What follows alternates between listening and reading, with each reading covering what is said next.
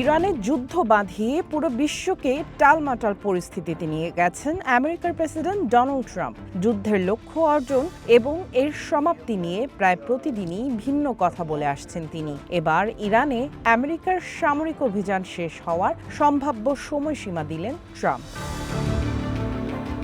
Iran যুদ্ধ নিয়ে মঙ্গলবার হোয়াইট হাউসের ওভাল অফিসে সাংবাদিকদের সাথে কথা বলেন আমেরিকার প্রেসিডেন্ট। যুদ্ধ কখন ও কিভাবে শেষ হবে এমন প্রশ্নের জবাবে ট্রাম্প বলেন 2 সপ্তাহ বা বড়জোর 3 সপ্তাহের মধ্যেই শেষ হতে পারে ইরান অভিযান। তিনি বলেন, এই সামরিক অভিযানের মূল লক্ষ্য ছিল ইরানের পারমাণবিক অস্ত্র তৈরির সক্ষমতা ধ্বংস করা, যা অর্জন হয়েছে। অপারেশন এপিক ফিউরি শেষ করার জন্য ইরানের সাথে কোনো চুক্তির সম্ভাবনা রয়েছে কিনা এমন প্রশ্নের জবাবে ট্রাম্প বলেন, তাদের সাথে কোনো চুক্তিতে আসা জরুরি নয়। তেলের দাম নিয়ন্ত্রণে এখন যা করতে হবে তা হলো আমেরিকাকে ইরান ছাড়তে হবে। আমরা খুব শীঘ্রই তা করতে যাচ্ছি, আর তখন তেলের দাম হু হু করে পড়ে যাবে। আমরা এরই মধ্যে ইরানের শাসন ব্যবস্থার পতন ঘটিয়েছি। এখন সেখানে ক্ষমতায় এমন মানুষ আছেন যারা আগের চেয়ে অনেক বেশি যুক্তিবাদী এবং কম উগ্র। আমরা তাদের সাথে আলোচনা করছি।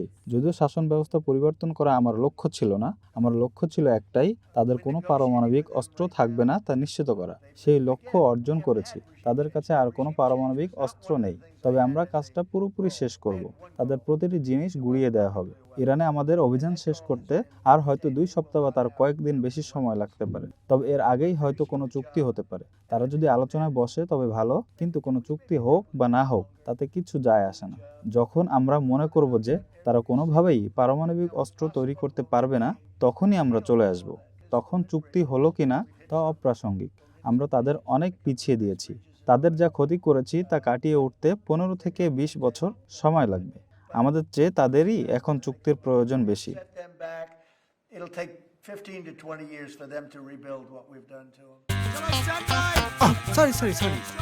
লাইফে কখন কি হয় গ্যারান্টি আছে? তাই ইন্স্যুরেন্স করুন সিটি ব্যাংকে, কারণ ইন্স্যুরেন্স করলে সিটিতে সুরক্ষা পাবেন নিশ্চিতে।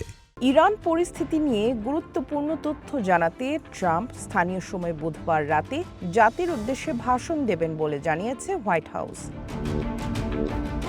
এদিকে ট্রাম্পের যুদ্ধ বন্ধের ইঙ্গিতের মধ্যেই মধ্যপ্রাচ্যে তৃতীয় রণতরী মোতায়েন করেছে ওয়াশিংটন।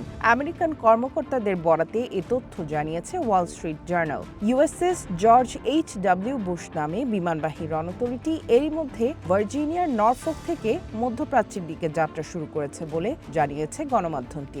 অন্তত 3টি ডেস্ট্রয়ার যুদ্ধ জাহাজ নিয়ে 3 সপ্তাহের মধ্যে ওই অঞ্চলে পৌঁছাবে নতুন বহরটি।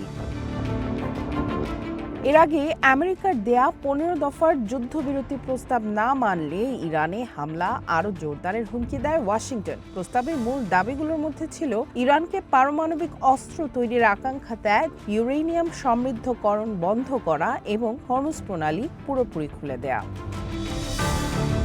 সামিয়া জান্নাহ, ওয়ান ইন্টারন্যাশনাল ডেস্ক।